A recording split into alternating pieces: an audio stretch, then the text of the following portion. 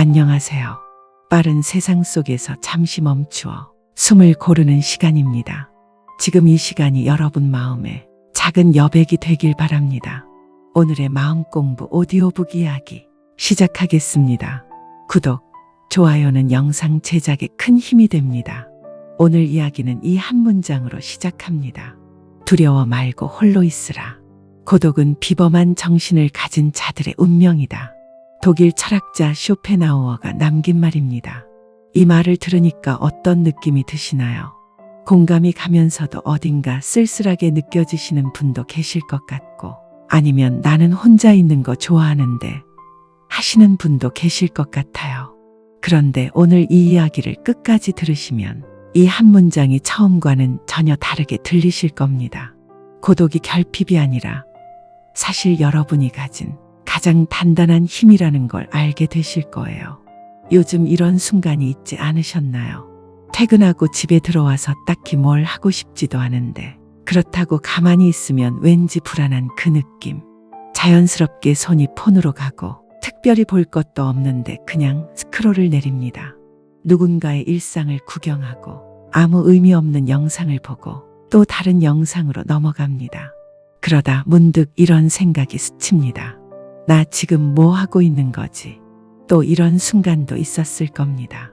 모처럼 혼자 있는 시간이 생겼는데 어디선가 죄책감 같은 게 스멀스멀 올라옵니다. 연락해야 할 사람이 있는 건 아닐까?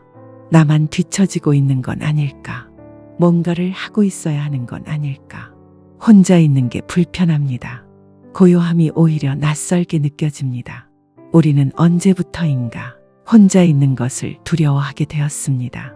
혼자 밥 먹으면 왠지 처량해 보이고, 주말에 혼자 있으면 나는 왜 이럴까 싶고, 아무 계획이 없는 하루가 오면 괜히 불안합니다.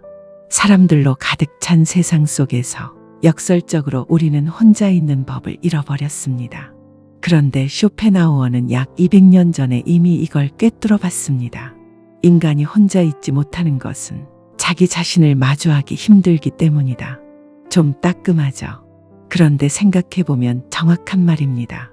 우리가 혼자 있기 불편한 건 사실 혼자이기 때문이 아닙니다. 아무 자극도 없는 고요 속에서 내가 진짜 어떤 사람인지, 나는 지금 뭘 원하는지, 나는 제대로 살고 있는지 그 질문들이 수면 위로 올라오는 게 두려운 거예요. 그래서 우리는 계속 무언가로 그 틈을 채웁니다. 소음으로, 알림으로, 사람으로, 영상으로 내면의 질문들이 올라오기 전에 먼저 막아버립니다. 쇼펜하우어는 그것을 자기 자신으로부터의 도피라고 했습니다. 그렇다면 반대로 혼자 있는 것을 진짜 편안하게 받아들이는 사람은 어떤 사람일까요? 그건 자기 자신과 잘 지낼 수 있는 내면이 충분히 풍요로운 사람입니다. 밖에서 끊임없이 자극을 끌어오지 않아도 자기만의 생각과 감각과 상상으로 충분히 살아갈 수 있는 사람. 쇼펜하우어는 그런 사람을 가리켜 비범한 정신을 가진 자라고 표현했습니다. 비범하다는 말이 뭔가 거창하게 들리시나요? 근데 사실 그렇게 먼 얘기가 아닙니다. 생각해 보세요. 당신이 가장 맑은 정신으로 무언가에 집중했던 순간이 언제였나요? 아마 혼자였을 때가 많았을 겁니다. 혼자 조용히 책을 읽던 아침, 혼자 걷던 길, 혼자 창밖을 바라보던 그 시간, 그 순간에 떠올랐던 생각들, 마음속에서 정리되던 감정, 그게 사실 진짜 당신입니다. 평범한 사람은 시간을 어떻게 보낼지를 걱정하고, 탁월한 사람은 시간이 너무 빨리 가는 것을 안타까워한다. 혼자 있는 시간이 무섭다면, 그 시간이 텅 비어 보인다면, 그건 아직 자기 자신과 충분히 친해지지 못했다는 신호일 수 있습니다. 조금 다른 이야기를 해볼게요. 우리는 살면서 정말 많은 관계를 맺습니다. 가족, 친구, 동료, 이웃. 그리고 그 관계들 속에서 우리는 끊임없이 맞추고 배려하고 때로는 맞지 않는 모습을 억지로 끼워 넣기도 합니다. 모임에서 웃고 싶지 않을 때도 웃고 하고 싶지 않은 말을 꺼내고 피곤한데도 자리를 지킵니다. 그러다 집에 돌아오면 뭔가 텅 빈 느낌이 듭니다. 아무것도 하지 않았는데 지쳐 있습니다. 그 피로가 어디서 오는지 아시나요? 자기 자신을 잃은 피로입니다. 오래 사람들 사이에 있다 보면 자신도 모르게 내가 누구인지를 잊게 됩니다. 남들의 기대에 맞춘 내가 진짜 나인 것처럼 느껴지고 아무도 없는 곳에서야 비로소 그게 아니었다는 걸 깨닫습니다. 쇼펜하우어는 바로 그걸 경계했습니다. 그는 관계를 부정한 사람이 아닙니다. 오해하시면 안 됩니다. 그는 관계에 자신을 통째로 넘겨주는 삶을 경계했습니다. 모든 관계에서 인정받으려 하고 모든 자리에서 사랑받으려 하고 모든 사람에게 맞추려 하는 삶. 그것이 결국 자기 자신을 갉아먹는다고 했습니다. 그래서 그는 고독이 필요하다고 했습니다. 관계에서 잠시 물러나 자기 자신으로 돌아오는 시간. 아무도 나를 평가하지 않는 시간. 남을 의식하지 않아도 되는 시간. 그 시간이 있어야 우리는 다시 관계 속으로 들어갈 수 있습니다. 고갈되지 않고 진짜 나로서. 고독은 회피가 아닙니다. 충전입니다. 그런데 여기서 중요한 게 있습니다. 쇼펜하우어가 말한 고독은 단순히 혼자 있는 것과는 조금 다릅니다. 폰을 붙잡고 혼자 누워있는 건 고독이 아닙니다. 그건 그냥 폰을 보면서 혼자 있는 겁니다. 진짜 고독은 자기 자신과 마주하는 시간입니다. 아무것도 소비하지 않고 아무것도 채우려 하지 않고 그냥 있는 그대로의 나와 함께 있는 것. 처음엔 불편합니다. 불안하기도 합니다. 온갖 생각들이 쏟아집니다. 해결 못한 일, 어색하게 끝난 대화, 아직도 답 못 찾은 고민들.